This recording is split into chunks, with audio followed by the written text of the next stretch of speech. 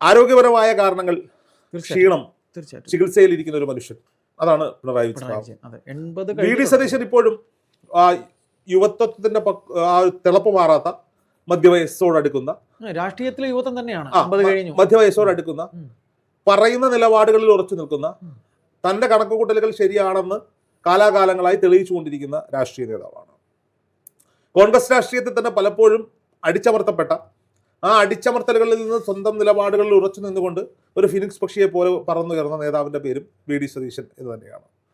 പിണറായി വിജയൻ ഒരിക്കലും അവരുടെ പ്രസ്ഥാനത്തിൽ അടിച്ചമർത്തപ്പെടേണ്ടി വന്നിട്ടില്ല. അദ്ദേഹം മറ്റുള്ളവരെ അടിച്ചമർത്തിയ ചരിത്രം മാത്രമേ പിണറായി വിജയൻ പാർട്ടിയിലുണ്ടായിരുന്നവരെയൊക്കെ, അതെ, വി എസ് അച്യുതാനന്ദനെ അടക്കം.